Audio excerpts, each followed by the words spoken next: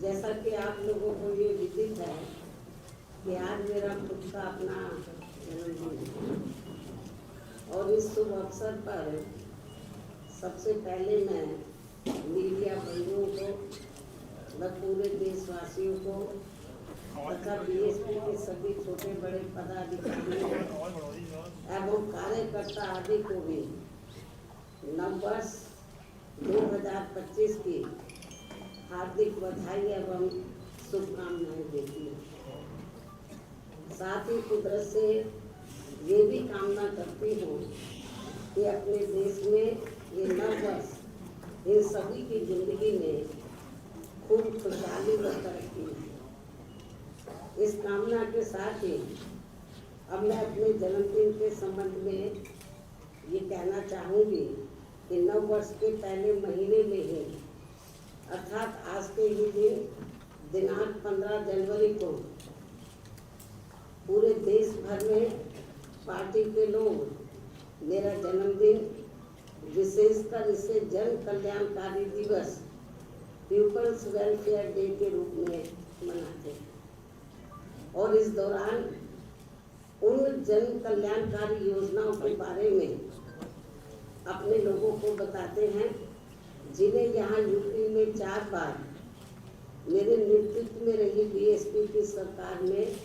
शुरू व लागू भी किया गया, जिनसे फिर यूपी के खासकर गरीबों, दलितों, आदिवासियों, पिछड़े वर्गों, मुस्लिम व अन्य अकलियतों की स्थिति में काफ़ी कुछ बदलाव भी आया है, सुधार भी आया है और अब उन योजनाओं की देश में दूसरी पार्टियों की राज्य सरकारें भी काफ़ी नकल कर रही हैं, लेकिन इन लोगों के प्रति उनकी नीति व नीयत साफ नहीं होने की वजह से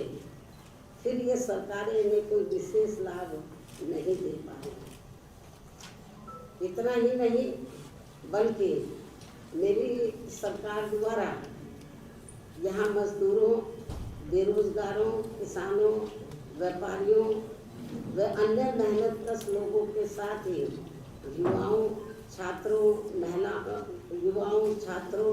महिलाओं, बुजुर्गों एवं विकलांगों आदि के हितों में भी अनेकों नई जन कल्याणकारी योजनाएं शुरू व लागू भी की गई, जिनसे इन्हें काफ़ी ज़्यादा लाभ पहुंचा है और जिनसे प्रेरित होकर अब पार्टी के लोग यहाँ फिर से यूपी में व यूपी की तरह पूरे देश में भी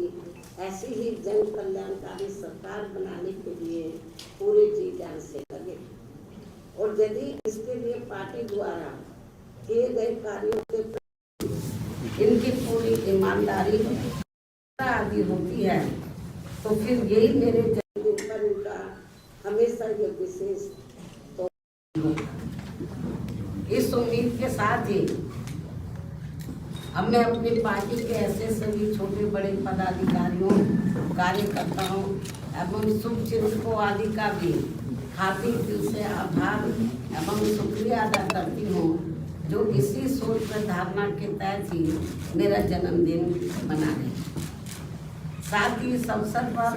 परम पूज्य बाबा साहब डॉक्टर भीमराव अम्बेडकर एवं मान्यवर श्री काशीराम जी के कार्यों को आगे बढ़ाने के लिए बीएसपी को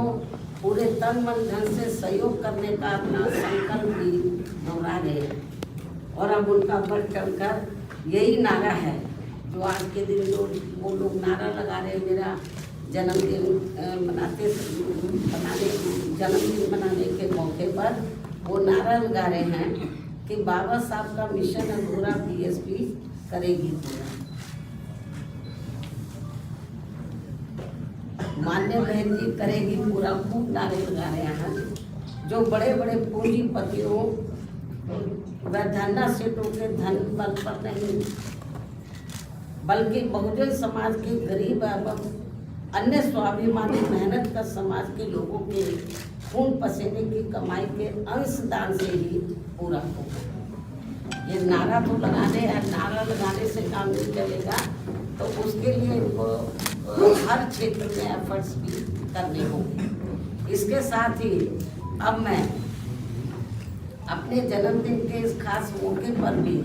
देश में विशेषकर अनुसूचित जाति, जनजाति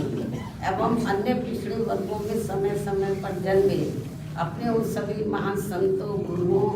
व महापुरुषों में भी खासकर महात्मा ज्योतिबा फूले, श्री छत्रपति शाहू जी महाराज, श्री नारायण गुरु,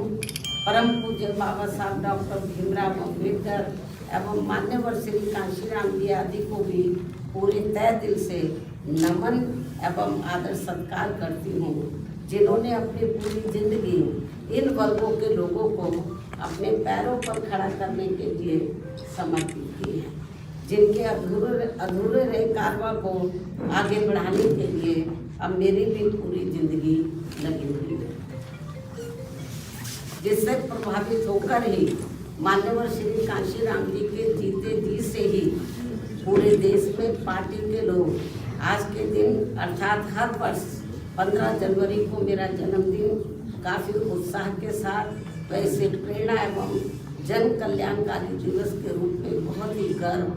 व हर्ष के साथ मनाते हैं। और इस बार भी ये लोग मेरे 69वें जन्मदिन को हमेशा की तरह इसे मिशनरी भावना से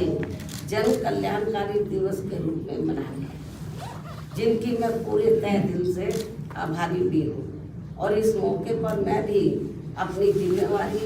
एवं को समझते हुए व निभाते हुए अपनी पार्टी व मूवमेंट के हित में पार्टी के लोगों को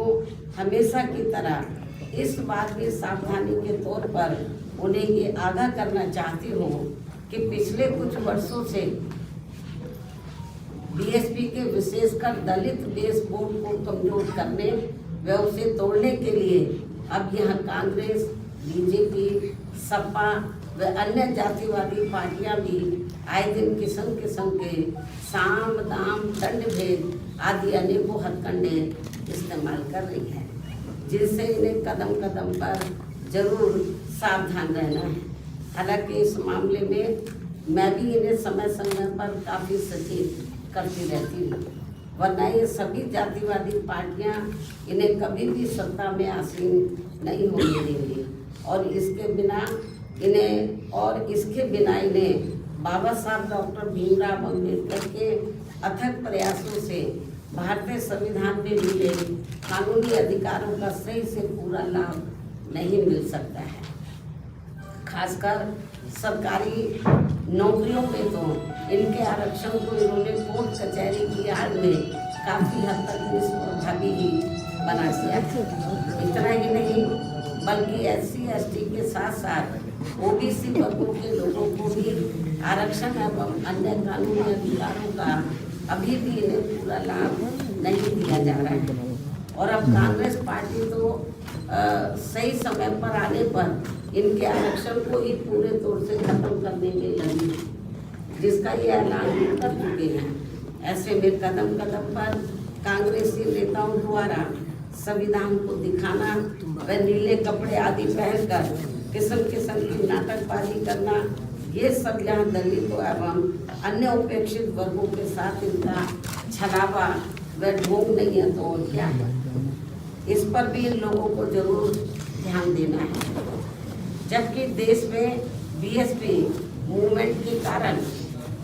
दलितों एवं अन्य उपेक्षित वर्गों में परम पूज्य बाबा साहब डॉक्टर भीमराव अम्बेडकर एवं उनके निर्मित किए गए मानवतावादी संविधान के प्रति आई जागृति व सत्ता संघर्ष हेतु आई चेतना आदि के कारण अब विशेषकर वोट जातिवादी चाल, चरित्र व चेहरे वाली समाजवादी पार्टी भी विशेषकर दलित वोटों के स्वार्थ में अपना रूप थोड़ा बदला दिखाने के लिए आए दिन किस्म किस्म के हथकंडे इस्तेमाल करने में लगी रहती है। जबकि यूपी में इनकी सरकार में दलितों के प्रति अन्याय, अत्याचार व इनके महापुरुषों का हुआ अपमान आदि को भला कौन भुला सकता है। इससे ये स्पष्ट है कि बाबा साहब एवं उनके संविधान तथा उनके द्वारा मिले आरक्षण व अन्य संवैधानिक अधिकारों को लेकर दलितों एवं अन्य उपेक्षित वर्गों की राजनीतिक शक्ति बीएसपी से ही बन पाई है। किंतु इनके वोटों के स्वार्थ के लिए कांग्रेस, बीजेपी व सपा आदि अब आसानी से कामयाब होने वाली नहीं है, जिसके लिए ये पार्टी आए दिन किस्म किस्म के हथकंडे भी इस्तेमाल कर रही है, जिनसे इन लोगों को हमेशा सावधान रहना है। हालांकि इन वर्गों के साथ साथ अन्य सभी मामलों में भी केंद्र व राज्य सरकारों की अधिकांश चल रही गलत नीतियों एवं गलत कार्य प्रणाली की वजह से ही अब देश की जनता काफी ज्यादा दुखी व परेशान भी है, जो ये आए दिन ऐसी सरकारों के विरुद्ध काफी आवाज भी उठा रहे हैं, जिनसे भी अब कोई हल नहीं निकल पा रहे हैं। ये भी बड़ी चिंता की बात है। रोटी रोजी के नए नए नियम कानून बनाकर उनकी आड़ में भी यहाँ बेरोजगारों को वर्षों तक नौकरियों से वंचित रखा जा रहा है। फिर चुनाव में उनका मुंह बंद करने के लिए इनको किस्म किस्म के लुभावने वायदे कर दिए जाते हैं, जिनसे इन्हें अभी तक कुछ भी हासिल नहीं हो पा रहा है। जबकि यूपी में हमारी पार्टी की 4 बार रही सरकार में हमने खासकर गरीब एवं बेरोजगार लोगों को किस्म किस्म के लुभावने वायदे न करके उन्हें सरकारी व गैर सरकारी क्षेत्रों में बड़ी संख्या में रोटी रोटी के साधन उपलब्ध कराए हैं, जिनसे आप सभी अवगत हैं। लेकिन दुख इस बात का है कि चुनाव में भोली भाली जनता अपनी पार्टी के इन सब कार्यों को भुलाकर विरोधी पार्टियों की गारंटी व लुभावने वायदों आदि के बहकावे में आकर पुनः ऐसी सरकारों को सत्ता में ले आते हैं, जिनकी शुरू से ही कथनी व करनी में काफी अंतर रहा है। इसके साथ साथ देश में दलितों, आदिवासियों व अन्य पिछड़े वर्गों को अब खासकर सरकारी नौकरियों में उन्हें आरक्षण का भी पूरा लाभ नहीं मिल पा रहा है, अर्थात अब इनकी ये सुविधा